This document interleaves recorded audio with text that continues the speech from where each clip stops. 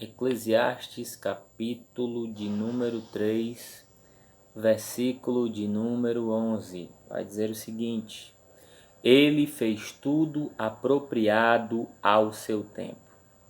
Também colocou no coração do homem o desejo profundo pela eternidade. Contudo, o ser humano não consegue perceber completamente o que Deus realizou.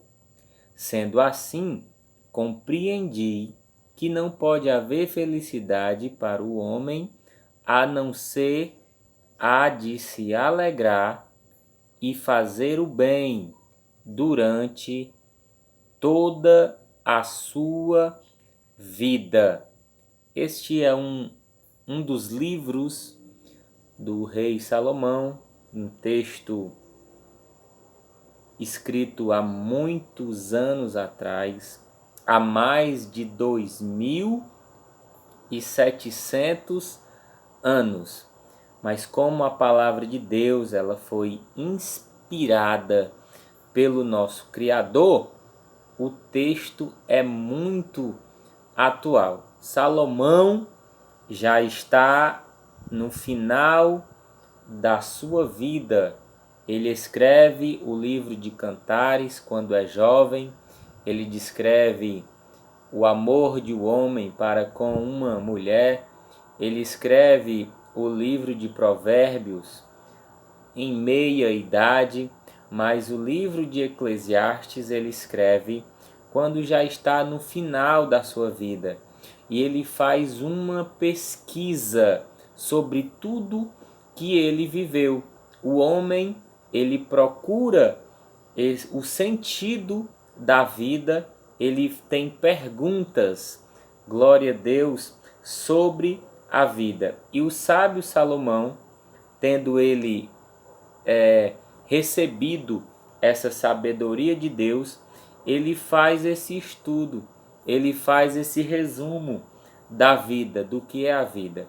Ele procurou satisfazer os seus desejos nas mulheres. A Bíblia diz que ele teve aproximadamente 1.000 mulheres, 700 esposas e 300 concubinas, o que dá aí um total de 1.000 mulheres. São 1.000 mulheres.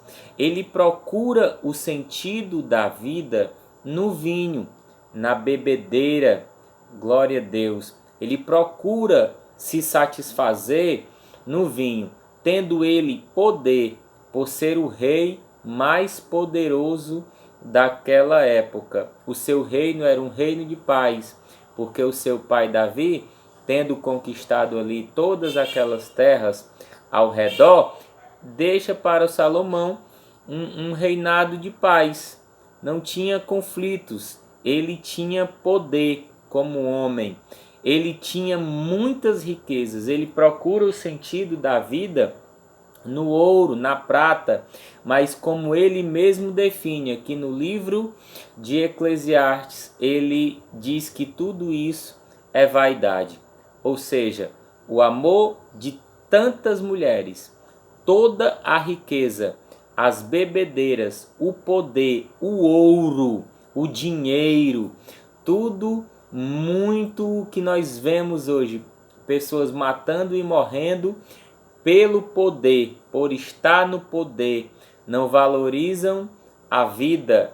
Então Salomão teve tudo isso e ele nos ensina aqui no seu livro que tudo isso é vaidade. Não passa de vaidade. Não passa de correr atrás do vento. E por que esse desejo do homem em ter, em preencher? É exatamente o versículo que nós lemos. Deus, ele fez tudo apropriado ao seu tempo. Ele também colocou este desejo em mim, este desejo em você, como ele diz aqui no versículo 11, colocou no coração do homem o desejo profundo pela eternidade. Contudo, o ser humano não consegue perceber completamente o que Deus realizou. Este desejo, como esta vontade de satisfação pessoal, foi uma forma de Deus colocar um anseio no coração do homem para que ele buscasse a Deus, procurasse a Deus. E muitos dos homens vão procurar Deus nas drogas, na prostituição, na bebida, mas quando passa toda esta euforia, lá está o homem vazio, porque só Deus pode completar o que está faltando. É como uma mão encaixando numa luva. Somente Deus pode completar, glória a Deus, este vazio. E este capítulo de número 3, ele vai nos ensinar sobre exatamente este tempo, esta calma que o ser humano ele deve ter. Ele está fazendo um resumo aqui de como o homem deve viver em paz. E do versículo 1 ao versículo 8, ele vai falar sobre o tempo. Ele vai nos ensinar que para todas as realizações há um momento certo. Existe sempre um tempo apropriado para todo o propósito de Deus aqui nesta terra. Tudo tem o começo e tudo tem o fim. Nem sempre vai ser só alegria, nem sempre vai ser só tristeza. Ele nos ensina que há tempo de nascer. Nós nos alegramos quando um filho nosso nasce. Nós também vamos nos entristecer quando alguém próximo a nós, da nossa família, alguém morre, mas faz parte da vida. Ele está nos ensinando que tem tempo de nascer, mas também tem tempo de morrer. Tem tempo de plantar, mas também tem tempo de colher. Tem tempo de matar, mas também tem tempo de curar. Tem tempo de derrubar, mas também tem tempo de edificar. Tem tempo de chorar, mas também tem o tempo de rir. Tem o tempo de se lamentar, mas também tem um tempo de alegria. Tem um tempo de atirar pedras, tem o tempo de guardar pedras. Tem o tempo de abraçar e até o tempo de deixar de abraçar, de se aproximar, de se afastar. Tem esse tempo também.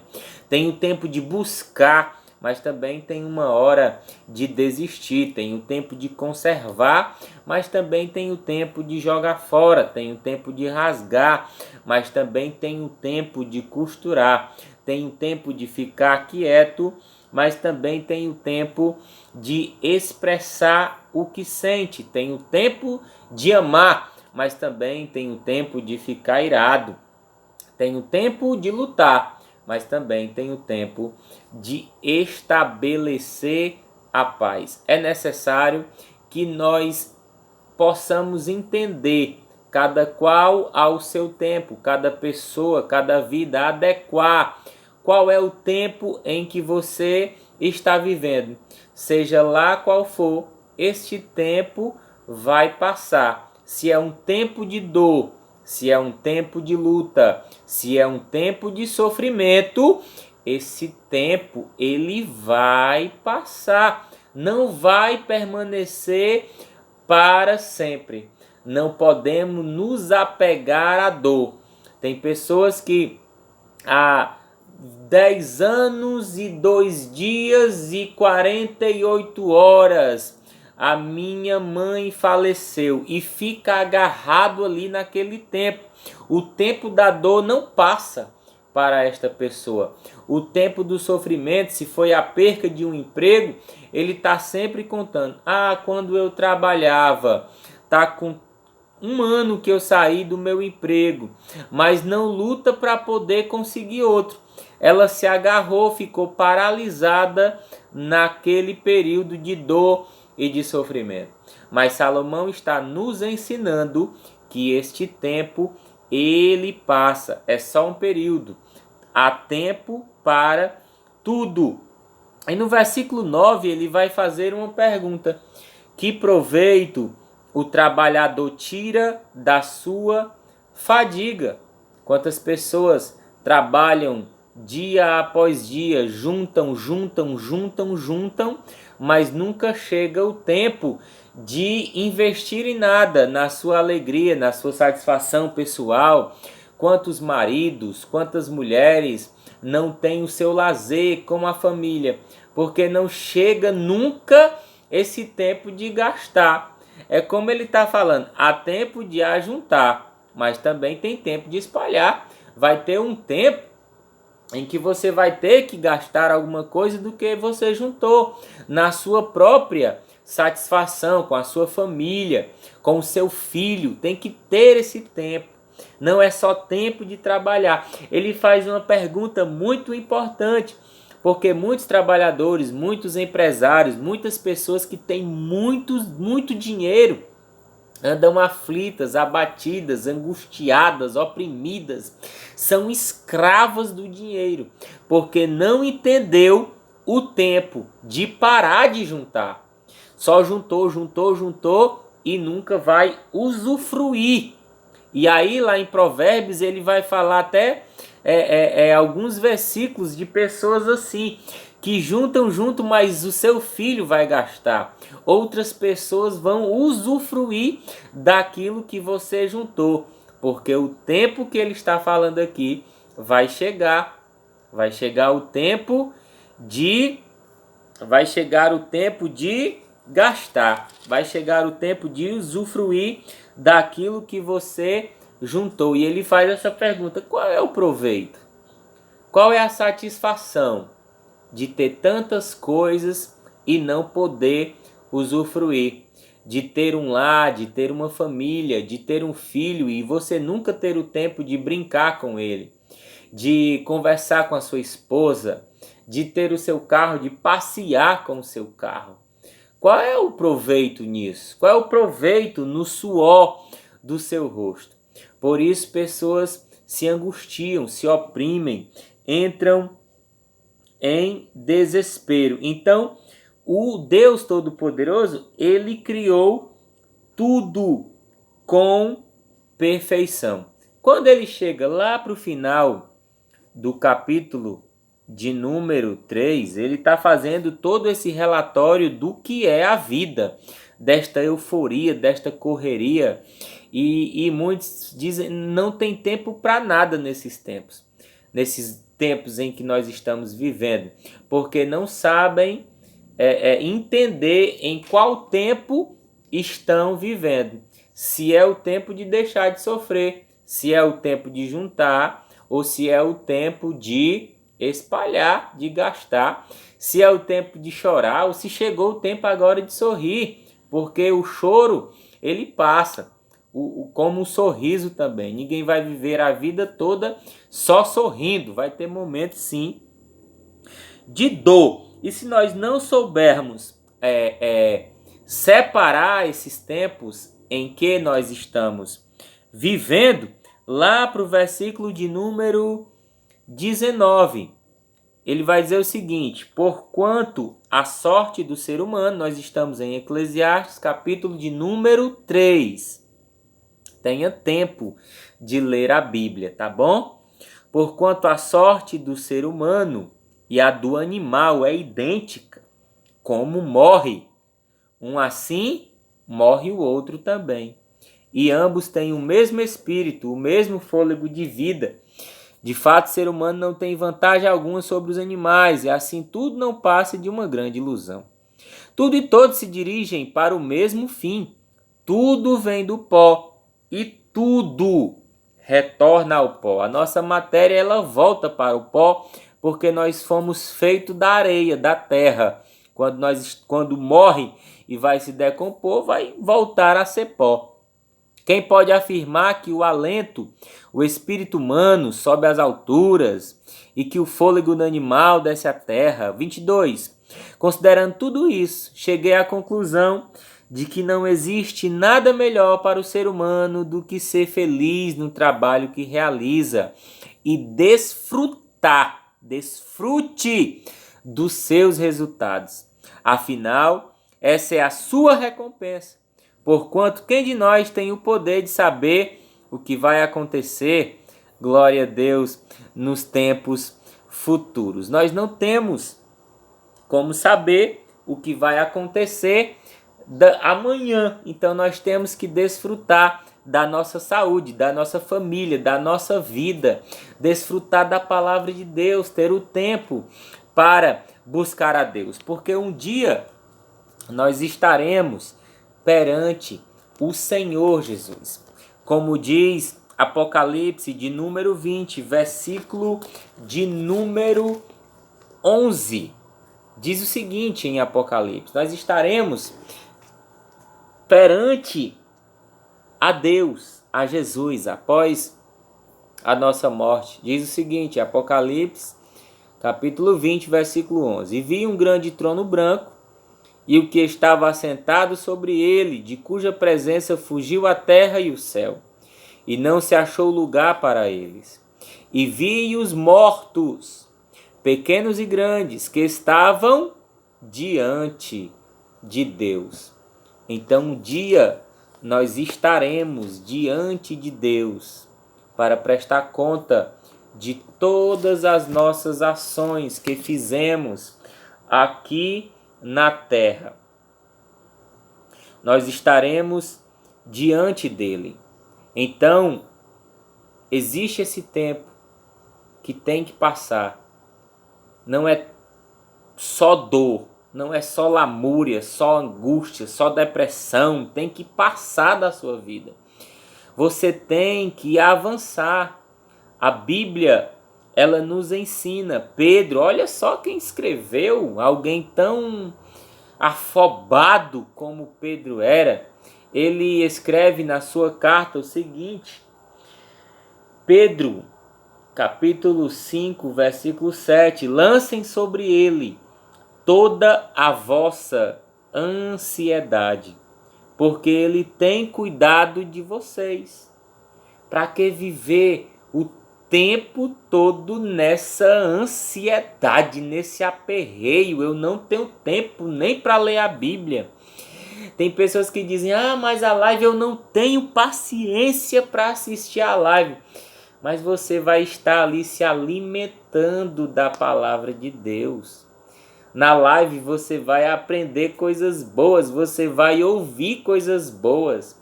Você vai ouvir louvores, pregações, mensagens, orações que podem edificar a tua vida.